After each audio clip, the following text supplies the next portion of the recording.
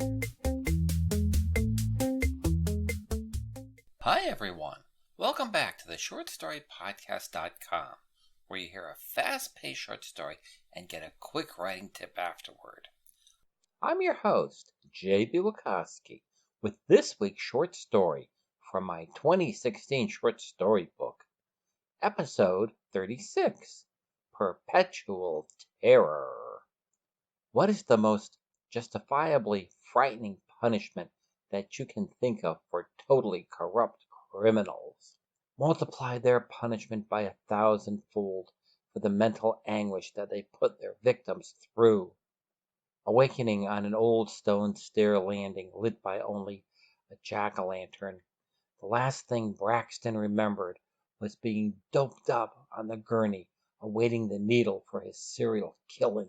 He felt violated and sneered. How dare anyone touch me and dump me down here? Well, I'm gonna find out who did it and repay the favor. But first I have to get out to where I stashed my butcher knives and start over again. As he slowly made his way up the stairs, he realized each jack-o'-lantern had a hand-carved scene from his life.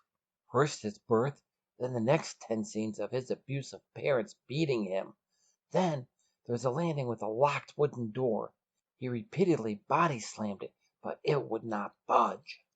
After this landing, the stairwell headed down.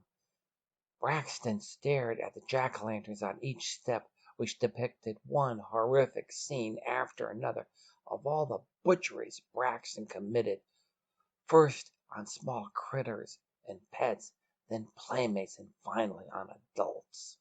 Stepping down the stairwell, he passed 6 landings with 6 firmly sealed doors. Now trapped on the final stair landing by the 7th door, he slammed against it with his shoulder, and it creaked. He slammed against it again and again. Finally it inched open. He barely squeezed through and fell on another landing as it snapped shut. There in front of his face was the image of his birth carved in a jack-o'-lantern. He screamed and, terrified, raced up the stairs again and again, forever in perpetual terror, repeating his path through his life.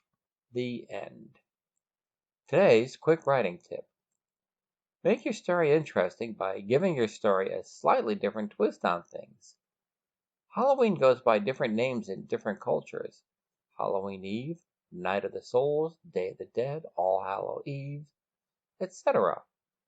Wherever your characters are from, check on to find out what the terms are used for their religious holidays in their languages and how these terms translate into English. This will help keep the reader's interest alive. I hope this writing tip helps you. Okay, that's a wrap. Thank you for listening to this episode of the shortstorypodcast.com. So you don't miss out on an episode, please take a moment to subscribe to the show and leave a nice review. Thank you for listening and have a great day.